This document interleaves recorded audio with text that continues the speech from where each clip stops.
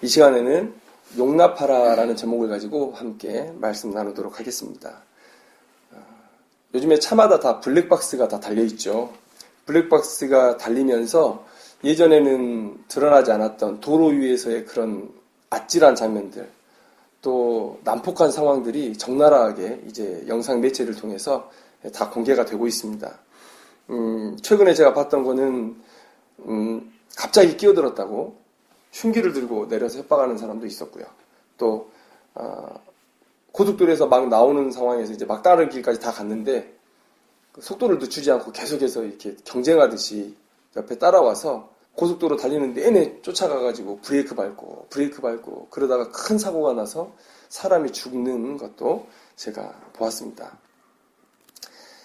이 시대를 살아가는 사람들의 이 마음의 완충지대가 많이 사라진 것 같아요. 우리가 완충이라고 하면 이제 차 범퍼를 생각하지 않습니까? 차와 차끼리 부딪혔을 때 어느 정도 충격을 흡수해서 운전자나 차가 크게 손상되지 않도록 이렇게 보호하는 게 범퍼인데, 사람과 사람 사이에도 좀 그런 마음의 여유가 있고, 그래서 마음의 완충지대가 있어야지만 이렇게 감정적으로 부딪혔을 때 내가 조금 용납해주고 또 참아주는 그런 일들이 있을 텐데, 이 시대를 살아가는 많은 사람들이 그런 감정의 완충지대 없이 살아가는 모습들을 많이 봅니다. 이제는 그런 것들이 더 심해져서 나와는 별 상관이 없는 일에도 사람들이 많이 분노하고 있는 것을 우리가 볼 수가 있죠. 그래서 그 피라냐라는 물고기 아시죠? 육식하는 물고기. 최근에 우리 강원도의 어떤 저수지에 그게 나타났다고 해서 크게 난리가 났었죠. 저수지 물 다 퍼내고 잡았던 기억이 있는데, 마치 그런 아비규환 속을 우리가 살아가고 있지는 않은가. 정말 용납함 없이, 참아주는 것 없이 우리가 그렇게 세상 속에 내동댕이 쳐져 있다라는 그런 생각을 많이 갖게 됩니다. 얼마 전까지 통계에서 기독교 인구가 1000만이 넘었다, 이런 얘기를 했습니다.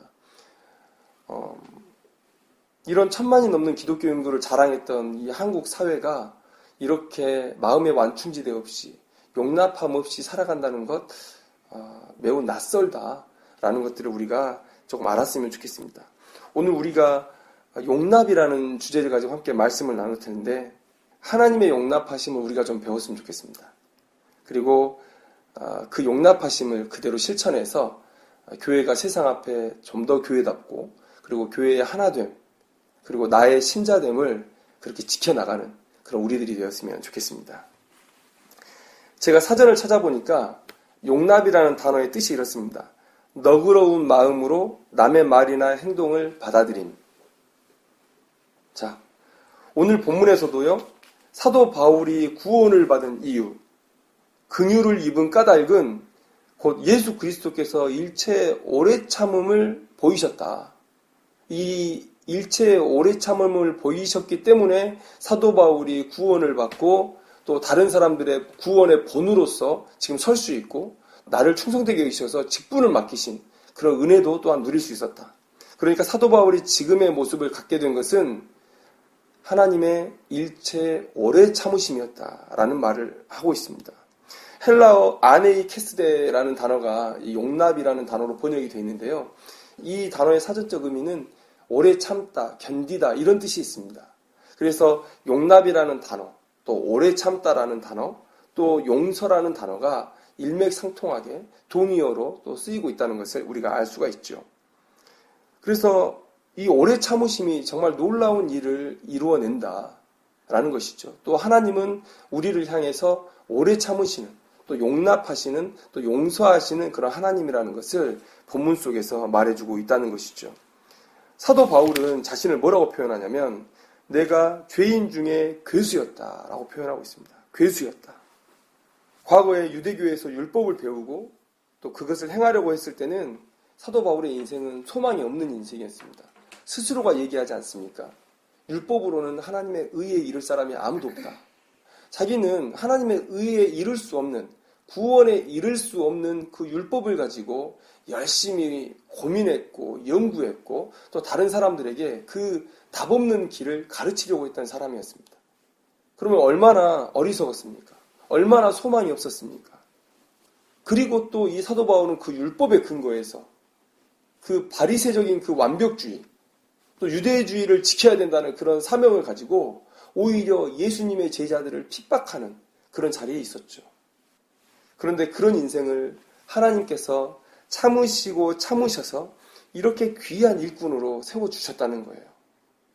그래서 사도 바울은 하나님의 오래 참으심, 이 주제에 대해서 깊이 있게 묵상해 볼 수가 있었다는 것이죠. 제가 이 본문을 알기도 전에 예전 평신도 시절에 사람들이 물어볼 때 저는 하나님께 감사할 가장 큰 제목이 뭐라 그랬냐면 하나님께서 나를 기다려주신 것이다 라고 그렇게 간증했던 기억이 있습니다. 내가 도대체 무엇이길래 나라는 존재를 이렇게 하나님께서 오래도록 기다려주셨는가? 교회에 들어왔는데도 참 신앙을 갖지 못하고 방황하고 그랬던 인생인데 왜 하나님께서는 그렇게 오래도록 기다리셔서 10수년, 20몇 년을 기다리셔서 저를 또 이렇게 목회자로 세우시고 이런 귀한 일꾼을 만드셨는가? 그래서 하나님의 기다리심이라는 이 제목을 가지고 간증하지 않을 수가 없었다는 것이죠. 이렇게 하나님의 용납하심은 죽을 인생을 구원으로 인도하는 놀라운 것입니다. 신자의 삶은 하나님의 성품을 쫓아가는 거 아니겠습니까? 그렇죠? 하나님 닮는 것입니다. 그래서 사도 바울은 우리에게 서로를 용납하라고 그렇게 말하고 있습니다. 우리의 용납함이 어떤 결과를 만들어내길래 얼마나 중요한 것이길래 사도 바울은 이렇게 우리에게 서로 용납하라 이렇게 얘기하는 것일까? 오늘은 그 중요성 두 가지에 대해서 먼저 함께 나눠보고 싶습니다. 왜 중요하냐? 첫째, 용납은 곧 신자의 성숙을 위한 모판이기 때문에 중요합니다. 그래서 우리는 용납해야 됩니다. 용납한다는 것은 곧 사랑의 마음으로 그의 성숙까지 기다려주는 것을 말하죠. 어린아이로 태어나서 어른이 되듯이 우리의 신앙의 수준도 어린아이에서 장성한 어른으로 자라가게 되는 것이죠. 각 단계를 뛰어넘을 수는 없지만 그러나 우리의 용납함, 그것으로 인해서 그 기간들이 단축될 수는 있습니다. 우리가 왜 좋은 부모 되자 그렇습니까?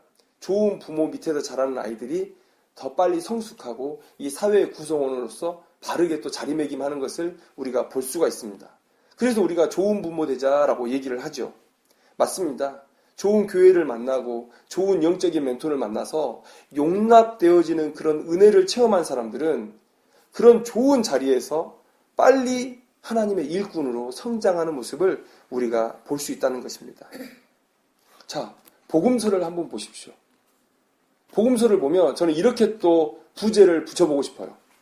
제자들의 좌충우돌 예수님 동행기. 좌충우돌이지 않습니까? 정말? 그들은 성숙지 못한 신앙으로 얼마나 우리의 안타까움을 샀는지 모릅니다. 그러나 예수님은 그들을 크게 책망하지 않으셨어요. 그들 때문에 크게 실망하지 않으셨습니다. 그들을 책망하긴 했지만 그러나 그들에게 영적 자극을 줘서 좀 더 나은 신앙으로 자라가도록 하기 위한 그런 소망을 가진 책망이었지, 예수님께서 막 가슴을 치면서 한탄하시고 내가 이것들을 어떻게 해야 되나 이런 마음으로 제자들을 책망하지는 않으셨다는 것이죠. 왜 그렇습니까? 예수님도 아시는 것이죠. 답답하기로 따지자면 하나님이신 예수님께서 가장 답답해야 하지 않겠습니까? 완전함에서 우리들의 연약함을 바라보고 계시는 그 예수님이 가장 답답하셔야죠. 그런데 예수님은 알고 계셨습니다. 얘네들은 지금 성숙으로 가는 과정 가운데 있다. 내가 이들을 용납해야 한다. 라는 것들을 알고 있었다라는 것이죠. 저는 성경 전체가 좌충우돌하는 인생들의 성장기라고 생각합니다. 이제야 막 하나님을 알아가기 시작한 아브라함, 또 그의 자손 이삭, 야곱 12아들, 모태오만 계속 얘기해서 설득해야만 하는 모세, 하나님을 섬기는 법을 가르쳐줘야 했던 아론과 그의 후손들, 또 도망가는 요나, 또 자신을 죽여달라고 칭얼대는 선지자들, 불순종하는 이스라엘 민족. 어느 하나 완전한 사람이 없어서 오랜 시간을 두고 그들의 성장을 기다려야만 했던 그런 하나님, 그리고 그 이야기들을 기록한 성경의 이야기, 성경의 인물 모두가 성장이 필요했고, 그리고 하나님은 그들의 성장을 기다리셨다는 것이죠. 하나님의 참으심, 용납하심이 곧 성숙한 하나님의 백성을 만들어내는 그런 모판이 되어주었다는 것입니다. 우리 모두는 이런 성장의 과정에 있는 하나님의 어린 아이들입니다. 그래서 시간이 필요합니다. 용납하는 일은 바로 이 시간을 허락해주는 일이에요. 하나님의 사랑 안에서 연약한 자들이 성장할 수 있도록 기다려주는 일입니다. 하나님은 지금 우리도 용납하고 계세요. 얼마나 저의 못난 모습이 많이 있겠습니까? 저거 당장 하는 일 그만두게 하고 다른 훈련의 자리로 좀 보내버릴까? 이런 마음이 하나님도 드시겠죠. 그런데 용납하고 또 기다려주고 계셔요. 제가 언젠가는 바로 서겠지. 제가 뭔가 꿈틀거리고는 있으니까. 나를 향해서 어떻게든 기어오려고 노력은 하고 있으니까 내가 조금 더 참아주고 기다리면 내 앞으로 올 날이 있겠지 라고 계속해서 기다리고 계신다는 것이죠. 우리도 하나님의 용납하심을 받고 있는 인생인데 우리가 내 옆에 있는 지체를 용납하지 못한다면 그것은 정말 말도 되지 않는 하나님 앞에 부끄러운 인생이 되고 만다는 것입니다. 두 번째 우리가 용납해야 하는 이유는 무엇입니까? 바로 교회의 하나됨을 위해서 우리는 용납해야 됩니다. 교회는 예수 그리스도를 머리로 하는 몸입니다. 각 지체가 유기적이라는 표현을 쓰는데 잘 연합해 있어서 하나를 이루고 있죠. 이것이 하나님께서 교회를 세우신 목적입니다. 그런데 이 시대의 교회 안에서 서로의 부족함을 지적하는 목소리 때문에 얼마나 많은 분쟁과 또 상처가 존재합니까? 이렇게 말하는 사람들도 있습니다. 교회가 부족한 사람들이 모인 공동체니까 당연히 분쟁이 있고 상처가 있지. 그냥 그런 줄 알고 지나가자. 참고 넘기자. 맞습니다. 당연히 분쟁이 있고 상처가 있을 수 있습니다. 그러나 그냥 넘어가자는 건 안 되죠. 왜요? 하나님께서 그것을 원하지 않으시기 때문에 그렇습니다. 인정하지만 안주해서는 안 됩니다. 그런 연약한 상태, 그런 부정한 상태에 머물러 있어서는 안 된다는 것이죠. 우리는 하나됨을 지켜야 되기 때문에 그렇습니다. 용납한다는 것은 너그럽게 받아들이는 것으로 하나됨을 유지한 채로 해결책을 찾아보자 라는 것입니다. 우선 내가 너 싫으니까 갈라져. 이런 게 아니라 하나됨을 유지한 채로 해결책을 찾는 것. 훨씬 어렵고 또 더디고 결과가 보이지 않는 일일 수도 있지만 그러나 성령이 하나 되게 하신 것을 지키라는 그 명령을 쫓아서 어리석어 보이는 그 길을 걸어가는 것, 그것이 곧 용납하는 것입니다. 자, 우리가 왜 용납하심이 중요한가 두 가지에 대해서 나눴습니다. 개인적으로는 성장의 모판 역할을 하기 때문에 중요하다. 또 공동체적으로는 교회의 하나됨을 지킬 수 있는 귀한 태도이기 때문에 중요하다. 그런데 우리의 삶 속에 이런 용납함이 사라지고 있다는 것이죠. 우리가 아까 고속도로에서 벌어지는 일들을 얘기했지만 세상의 모습은 또한 당연히 교회 안으로 스며들게 되어 있어요. 물론 교회의 아름다운 영향력들이 세상으로 흘러나가면 좋겠죠. 그게 가장 이상적이겠죠. 그런데 이 시대에 많이 전도되어 있는 것들을 봅니다. 역류하고 있는 것들을 봅니다. 그래서 교회가 세상의 그 문화에 휩쓸려가는, 시대 조류에 휩쓸려가는 그런 모습들을 많이 봐요. 블랙박스에서 봤던 그 마음의 완충지대가 없이 싸납게 엉겨붙었던 그런 삶의 모습들이 지금 교회 안에도 고스란히 남아있는 모습들을 우리가 보게 된다는 거예요. 그러면 우리는 어떻게 이 용납이라는 이 귀한 태도를 실천할 수 있을까? 두 가지로 말씀드리고 싶은데, 첫째는 우리가 죄인 중에 괴수라는 것을 인정해야 된다. 오늘 사도 바울이 얘기했듯이 죄인 중에 내가 괴수다. 우리가 남을 비판하는 이유는 나는 그렇지 않을 텐데, 내가 저들보다 나을 텐데 라는 이런 생각을 하기 때문에 그렇습니다. 그러나 용납하기 위해서는요, 나도 그렇다라는 생각을 가져야 됩니다. 그게 용납의 첫 출발입니다. 그런데 여기서 나도 그렇다라고 얘기한다고 해서 이것이 겸손이라고 얘기하는 건 절대 아닙니다. 그게 팩트예요. 그게 나의 실체입니다. 내가 그렇지 않은데 나도 그렇다라고 하나됨을 위해서 나를 낮추는 것이 아니라 내가 원래 그래요. 그런데 내가 그동안 외면하고 있었을 뿐이에요. 내가 스스로 교만해져서 나의 들보를 보지 못하고 남의 티끌을 바라보면서 계속 비판을 해왔던 것 뿐이에요. 그런데 하나님은 우리에게 너 자신을 보라고 얘기하시죠. 네 눈에 있는 들보를 보라고 말씀하시죠. 누구나 자신을 바로 본다면 바울의 이 고백을 하지 않을 수가 없습니다. 죄인 중에 내가 괴순이라. 이 고백을 하지 않을 수가 없어요. 본문 13절을 한번 보십시오. 예수 믿기 전에 사도 바울이 어떤 사람이었는가 나타내주고 있습니다. 내가 전에는 비방자요, 박해자요, 폭행자였다. 이렇게 얘기하고 있습니다. 사실 그렇습니다. 그는 스데반을 죽이는 일에 동참했고 예수의 제자들을 박해하기 위해서 길을 떠난 사람이죠. 복음을 대적한 이 이전의 바울이 어떻게 죄인 중에 괴수가 아닐 수 있습니까? 그러나 우리 또한 똑같았다는 것 우리가 알아야 됩니다. 바울이 자기의 신념을 쫓아서 그렇게 살았던 것처럼 우리도 예수님 영접하지 않았을 때, 복음을 몰랐을 때는 각자 삶의 신념을 쫓아, 가치관을 쫓아서 하나님을 외면하고 모욕하면서 살던 인생 아닙니까? 자, 그런데 예수를 영접하고 난 뒤는 어떻습니까? 이 죄인 중에 내가 괴순이라 라는 이 표현은 물론 예수 믿기 전에 사도 바울의 모습을 표현하는 것입니다. 그런데 사도 바울은요, 로마서 7장을 보면 구원받은 이후에도 영적인 심각한 갈등 상황에 놓여 있었다라는 것을 우리에게 말해주고 있습니다. 선한 것이 없는 인생이다. 죄의 법에 사로잡혀 사는 인생이다 라는 것을 고백하고 있다는 것이죠. 바울처럼 선한 일을 위해서 수고한 자가 얼마나 있겠습니까? 그런데 사도 바울이 이렇게 표현했다는 거예요. 그러면 우리는 더 말할 필요가 없겠죠.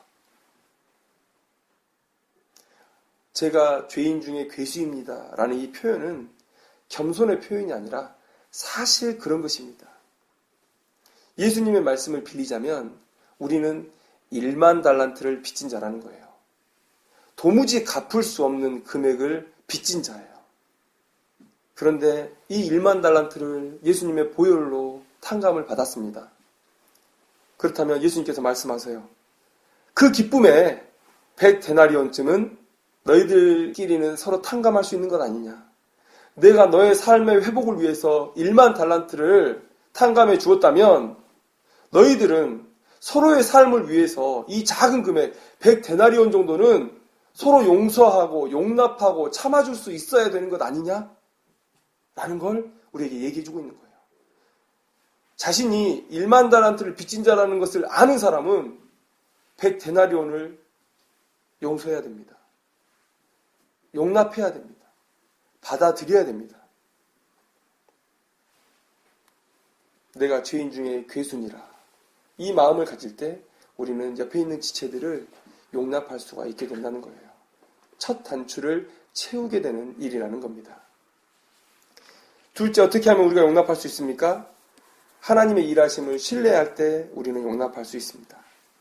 우리는 하나님의 예정을 신앙으로 고백합니다. 창세전에 이미 하나님은 자신의 백성들을 선택하셨고 구원하기로 작정하셨습니다. 그리고 한 채 실수도 없이 작정한 모든 사람을 다 구원하시죠. 그리고 그 구원의 과정은 각 개인마다 정도의 차이는 있겠지만 모두가 다 성화의 과정을 겪게 되어 있습니다. 성화의 과정을 거친다는 것입니다. 다시 말하면 하나님께서 택한 백성이라면 하나님께서 변화시키실 것이라는 이 믿음을 가지고 있어야 된다는 거예요. 성화를 내가 이루는 겁니까? 아니죠. 하나님께서 이루시죠. 하나님께서 나를 바꾸셔요. 그러면 이 성화에 대한 기본적인 진리를 아는 사람은 나뿐만이 아니라 내 주변에 있는 사람들도 하나님께서 바꾸실 것이라는 그 확신을 가지고 있어야 돼요. 그 확신을 가지고 있기 때문에 우리가 기다려줄 수가 있는 겁니다. 내가 아무리 참고 참아도 도저히 소망이 없다면 누가 참을 수 있겠어요? 그런데 내가 이 사람을 변화시키는 것이 아니라 하나님께서 변화시키기 때문에 한 채 틀림이 없이 본인의 계획하신 대로 성취하시는 그 경륜의 하나님이시기 때문에 우리는 그 하나님을 믿고 용납할 수가 있다는 거예요. 우리 주변에 믿음의 진보를 보이지 못하는 사람들이 있습니다. 있어요. 저도 과거에 그랬고 제 주변에도 그런 사람들이 있습니다. 그런데 뭐가 잘못돼서 그럴까요? 그들이 신앙의 공동체 내에서 참된 사랑과 관심, 또 용납을 받아보지 못해서 변화를 못하는 걸까요? 아니면 그들의 영적인 나태함 때문에 변화되지 못하는 것일까요?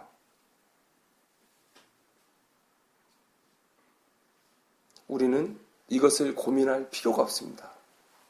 왜냐하면 둘 중 어떤 이유이건 간에 우리에게 선택권이 없어요. 그들의 영적인 나태함 때문이다라고 정죄할 권한이 우리에게는 없어요. 우리는 예수의 사랑에 빚진 자들입니다. 또 사랑하라는 명령만 받았지 비판하라, 정죄하라는 명령은 받은 적이 없어요. 전하라는 명령을 들었지 구원받을 자를 선별하라는 명령을 우리가 들은 적이 없습니다. 그 사람의 상황을 판단하라는 그런 명령을 받은 적이 없어요. 그냥 용납하고 받아들이고 사랑하고 가르치고 인도하라는 그 명령만 받았을 뿐입니다. 우리는 우리 앞에 있는 연약한 인생들을 용납하고 최선을 다해서 사랑하는 것을 위해서만 부르심을 받았다는 거예요.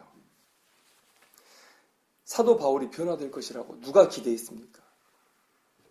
누가 기대했을까요? 비유를 들자면 사도 바울의 마음은 이런 마음의 상태였던 것 같아요. 마차가 다니는 길가와 같은 딱딱한 길. 과거 로마의 길을 보셨습니까? 사진으로 보시면. 우리 신장로도 보시면 아시겠지만 마차가 다니고 또 사람들이 걸어다니고 하다 보니까 풀 한 폭이 나지 않는 단단한 땅이 되어버리죠. 사도 바울의 마음이 그랬다는 거예요. 유대주의, 율법, 바리새적인 전통 이런 것들이 그의 마음을 단단하게 이렇게 다져놓았습니다. 그래서 예루살렘에서 크게 울리던 예수 그리스도의 복음이 그의 마음에 들어갈 자리를 찾지를 못했어요. 그런데 그런 사도 바울이 변화되었다는 거예요. 대충 변한 겁니까? 아니죠. 180도 변한 겁니다. 자신이 죽이려고 했던 자들을 위해서 이제 죽기로 작정한 자가 되어서 살아가고 있다는 거예요. 이것이 하나님의 능력이죠.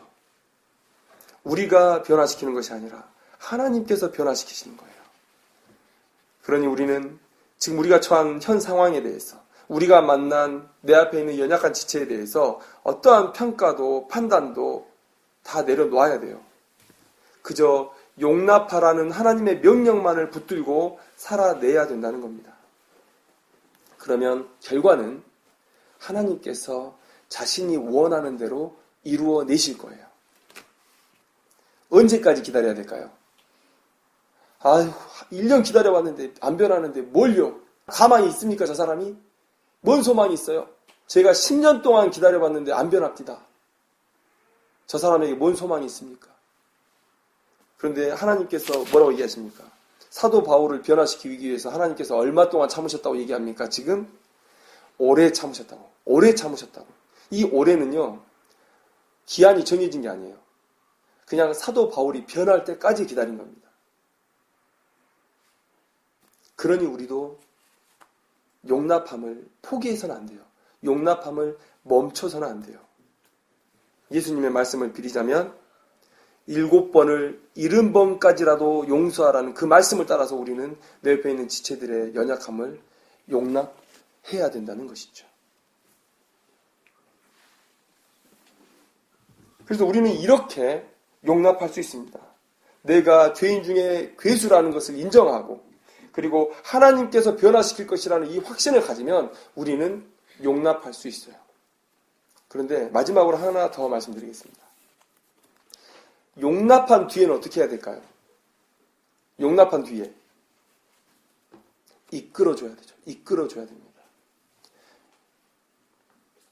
용납한 뒤에 그냥 용납했어요. 그래, 저 사람이 우리 교회에 있는 것, 그래, 참자. 그러면 그것은 방치죠. 방치.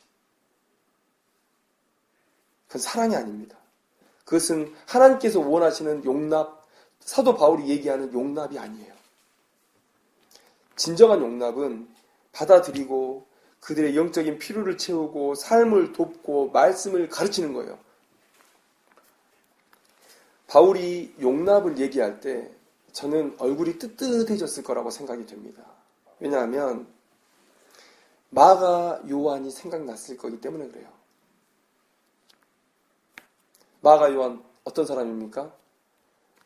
1차 전도여행 때 바울과 바나바를 따라 나섰다가 중도에 포기하고 돌아와 버리죠. 그래서 2차 전도여행 때 바나바가 이 마가 요한을 데리고 가자고 할 때 바울이 극구 반대해요. 아마 이런 오해도 있었을 겁니다. 바나바 씨, 당신 조카라고 해서 너무 감싸는 것 아닙니까? 이런 생각도 했을지 모르겠어요. 그런데 그 과정이 어찌 되었건 간에 바울은 마가 요한을 거절했고 그리고 바나바는 이 마가 요한을 품고 구브로로 선교여행을 떠나게 됩니다. 그 뒤로 바나바와 마가의 이야기는 성경에 기록되어 있지 않아요. 사도행전은 바울 중심으로 기록되어 있기 때문에 그렇죠. 그런데 그렇게 갈라선 이후에 이 바나바가 어떻게 했겠습니까? 이미 한 번의 실패의 경험을 했기 때문에 이 조카 마가 요한을 얼마나 부드럽고 또 섬세하게 가르쳤을지 우리는 짐작할 수가 있습니다. 그런데 바나바의 성품 자체가 그런 사람이에요. 사람을 용납해주고 기다려주고 가르치고 이끌어주는데 아주 탁월한 그런 사람이었다는 거예요. 사도 바울도 그런 도움을 받았던 사람입니다. 바나바가 마가 요한을 붙들고 그렇게 씨름하고 있었던 거예요. 더딘 성장을 바로 옆에서 바라보는 것만큼 가슴 답답하고 힘든 일이 없습니다. 특히 사랑하는 사람이라면 그것은 고통으로 다가옵니다. 그런데 이 바나바가 그 짐을 짊어졌기에 이 마가 요한이 나중에 사도 바울의 귀한 동역자로 설 수 있었다는 것, 성경이 기록해주고 있다는 것이죠. 우리가 남을 비판하고 거절하고 걸러내는 일에 먼저인 이유는 무엇입니까? 그것이 가장 쉬운 일이기 때문에 그래요. 비판하고 버리고 다음부터 상종을 안 해요. 가장 쉬운 일입니다. 너 그렇게 해? 알았어. 너 이제 나랑 절교야. 이렇게 하는 거죠. 제일 쉽습니다. 안 보면 돼요. 아쉬운 것 없는 사람은 인간관계 다 끊어져도 살 수 있습니다. 그런데 하나님의 마음이 이게 아니에요. 예수님은 선지자의 강령을 두 마디로 표현하셨습니다. 하나님 사랑 그리고 이웃 사랑. 그리고 이 사랑을 보이시기 위해서 예수님께서 친히 이 버려진 인생을 찾아오셨어요. 유대 땅에도 또 종교적 간음이 팽배한 사마리아에도 그리고 거짓 선지자들이 가득 찬 예루살렘에도 예수님께서 직접 찾아오셨다는 거예요. 그리고 그 거룩하신 하나님께서 한시도 참을 수 없는 그 악취와 증오의 장면들에 고개 돌리시지 않고 바라보시고 고치시고 가르치셨다는 거예요. 하나님은 그렇게 우리를 용납해 주셨다는 거예요. 이게 하나님의 용납하심입니다. 사도 바울이 우리에게 말하는 용납함입니다. 비판하고 거절하는 것 안 됩니다. 받아들이고 방치하는 것 안 됩니다. 받아들이고 기다려주고 인내하고 가르치고 끌어주고 사랑해주고 그게 진정한 용납이라는 것이죠. 바나바는 그 사랑을 마가 요한에게 보였고 끝내는 한 사람의 전도자로 세워낸 것이죠. 하나님께서 바나바를 통해서 역사하신 것입니다.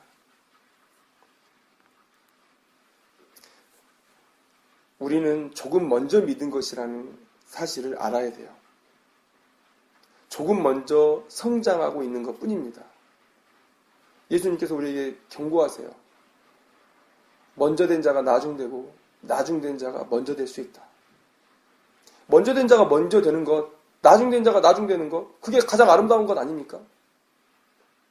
사도 바울처럼 목숨 걸고 그 서슬퍼런 시대에 복음 전했던 사람이 저보다 더 잘 대접받아야 됩니다. 그런데 예수님께서 그것을 뒤집는 게 기쁨이라고 말씀하신 게 아니고, 예수님도 당연히 먼저 된 자가 먼저 되고 나중된 자가 나중 돼야죠. 그런데 그게 뒤집힐 수 있다고 경고로 오늘 우리에게 하신 말씀이라는 것을 우리가 깨달아야 됩니다. 만약에 우리가 조금 먼저 믿고 조금 먼저 성장해서 앞서가고 있다고 교만해져서 남을 용납하지 못할 때, 그럴 때 이 역전이 일어날 수가 있다는 것이죠. 오늘 이 시간 우리 또한 죄인임을 인정하고 내 옆에 있는 형제 자매를 용납하고 도울 것을 결단해야 된다는 것입니다. 말씀을 맺겠습니다. 디모데전서 1장 4절 5절을 한번 보십시오. 제가 한번 읽어드리겠습니다. 신화와 끝없는 족보에 몰두하지 말게 하려 함이라. 이런 것은 믿음 안에 있는 하나님의 경륜을 이름보다 도리어 변론을 내는 것이라. 이 교훈의 목적은 청결한 마음과 선한 양심과 거짓이 없는 믿음에서 나오는 사랑이거늘, 이렇게 얘기하고 있습니다. 자, 세상의 교훈은요, 변론을 내요. 옳고 그름, 시시비비를 가리는 것이 그 목적입니다. 그러나 5절에서 말하는 이 교훈은 무엇입니까? 바울이 가르친 교훈, 예수 그리스도의 복음과 그에 관한 교훈은 변론이 목적이 아니라 뭐가 목적이라고요? 사랑이 목적이라고 얘기하고 있습니다. 그래서 이 교훈, 예수 그리스도의 복음, 그리고 이 복음의 비밀, 하나님을 아는 지식이 충만한 이 사람들은 시시비비를 가리는 자들이 아니라 사랑으로 내 옆에 있는 지체를 품어주고 용납하는, 그래서 사랑을 보이는 사람이라는 것을 오늘 얘기해주고 있습니다. 이게 내가 믿음이 있다는 증거예요. 믿음의 증거는 하나님의 마음을 품고 옆 지체의 더딘 성장을 인내로 용납해주는 것에서 드러난다는 거예요. 우리는 이제 고통을 결단해야 됩니다. 용납은 고통의 과정이에요. 나를 죽이는 과정이고 또 결과를 쉽게 볼 수 없는 싸움을 하겠다는 거예요. 그러나 그렇게 나와 교회는 성장해 가는 겁니다. 암 수술 전문 병원이 있어요. 수지 접합 병원이 있어요. 왜 이런 병원이 생겨났습니까? 이 엄청나게 어려운 수술을 계속해서 해온 거예요. 그런 환자들을 거절하지 않고 내 환자로 여기고 내 병원의 환자로 여기고 계속해서 치료해 왔기 때문에 가능한 일입니다. 교회는 성장하는 데 어려움을 느끼는 많은 사람들을 위한 전문 치료 병원이어야 돼요. 교회는 상처 입은 자들이 쉼을 얻어야 되는 것이죠. 그런데 지금 교회가 그런 모습을 보이고 있습니까? 상처를 치유하는 데 전문입니까? 더딘 성장을 보이는 성도들을 품어주는 데 전문입니까? 아마 대부분의 많은 분들 회의적인 의견을 내실 거라고 생각이 됩니다. 더딘 성장을 위해서 전문 치료병원이 되자. 이런 교회됨을 위하여 이 시간 주님의 마음으로 용납하기를 결단하는 귀한 인생이 되기를 주님의 이름으로 축원합니다. 기도하겠습니다.